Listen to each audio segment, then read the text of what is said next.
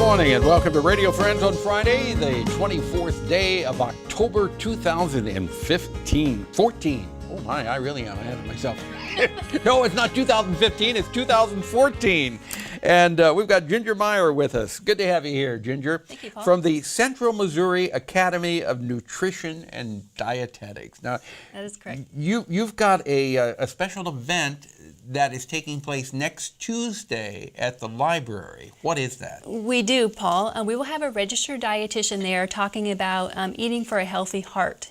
So she's going to be talking about, you know, when we think about chronic disease, 1/2 of the adults in America have a chronic disease, like heart disease, diabetes, high blood pressure. So you're saying 50%? 50% of Americans, and that's a Center for Disease Control statistic. Okay, when you say 50%, are you talking about children up to old age, or are you talking about a different set of the population? Adults, so not children, Okay. but the adult population, 1/2 of adults have a chronic disease. Again, high blood pressure, diabetes, heart disease, and 7 out of 10 Americans die from a chronic disease. And what's interesting about that, Paul, is the 3 key behaviors that lead to chronic disease are controllable. Okay. And they are quitting smoking, healthy diet, and regular exercise. Okay. So a registered dietitian, of course, can help with the latter two, you know, healthy diet and setting goals for exercise.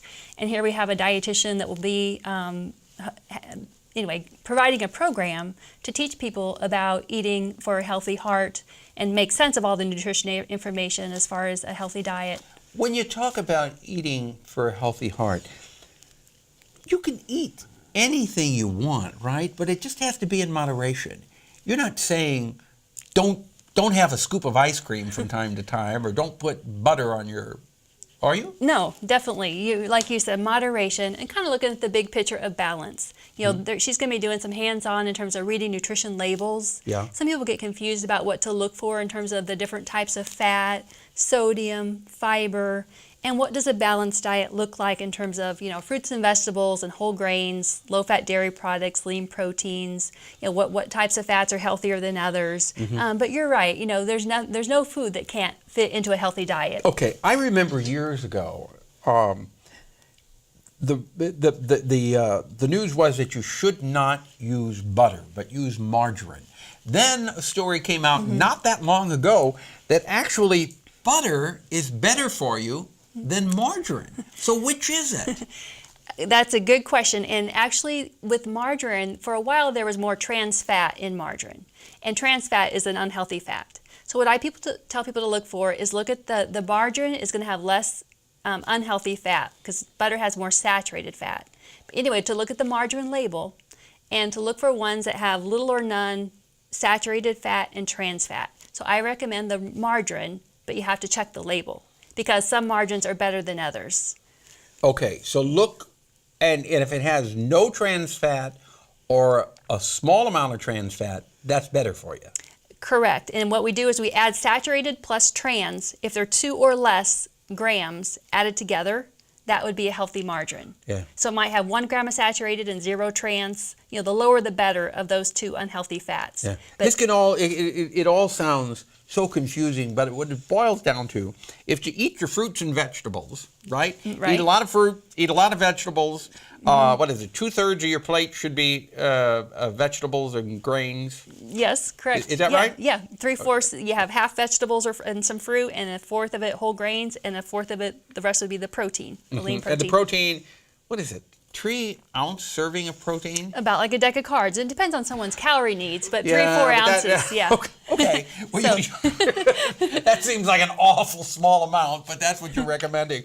But you can go next Tuesday to the library, and you have all that information. They will. All right. Yes. And that's at 7 o'clock in the evening? On Tuesday at 7. Do they need to register ahead of time? I don't believe they need to register. It's going to be in the Friends room, and they could call the library for more information. Okay. Thank you so much, Thank Ginger. you. Ginger Meyer. Now, We turn over here, and I've got Joan Stack, and you're wearing a different hat today. You're not the Historical Society today, but you're the MU Library.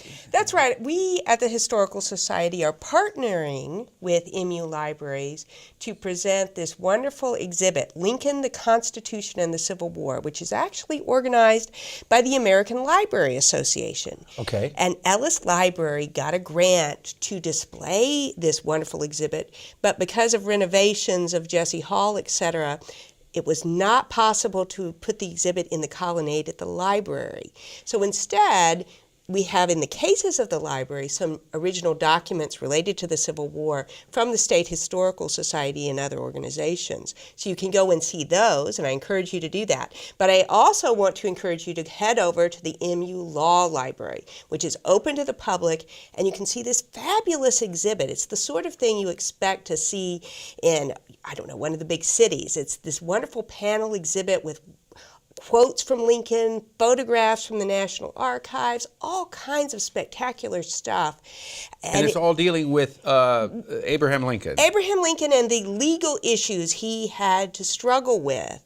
You know, of course, the issue of slavery, the 13th Amendment, the Emancipation Proclamation, all of those legal issues he had to deal with, the issue of secession. So it's appropriate that it should be in the law library because it does deal with a lot of legal issues. And I think people will really enjoy the exhibit, and you only have one more week to see it. So I'm here to try to encourage people to go. Okay, so they go to the law library. That's right, For Holston Hall. what time period? Well, any time that the law library is open, the exhibit will be open. Okay. And so I would say, I'm afraid I'm not absolutely certain on the hours of the law library, but it's open even in the evening because, of course, but the law students need it. You could go online. You could go online and get check it out. the hours of the law library, but during most working hours, it should be open.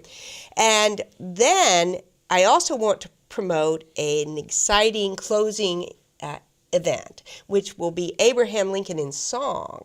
And we will have a special guest, Chris Vallello, I hope I'm pronouncing his name right, who will be doing a program of period music associated with Lincoln. And when will that be? That will be on Halloween, and people are invited to dress in period costume. We'd love to see some Abraham Lincolns out there showing up. There will be a prize for the best costume. Okay, so that will be the Abraham Lincoln in Song, Friday, October 31st, 5 to 7 p.m.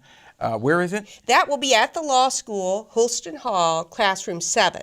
Okay, and dress up in period costume, not ghosts and goblins. No, but if period. you want, you don't have to. All right, Joan, thank you so much for coming by and sharing this information about the Constitution and Civil War. Well, thank and we'll you. see you next week with the Historical Society. That's right. All Thanks. right. Our program directed by Travis McMillan of the Reynolds Journalism Institute. Audio is Pat Akers from KBIA. Our floor director is Lowell Thomas, and our assistant producer and guest coordinator, Uncle James Mauser. If something you'd like to hear or see, drop me an email, pepperp@missouri.edu. Bye-bye.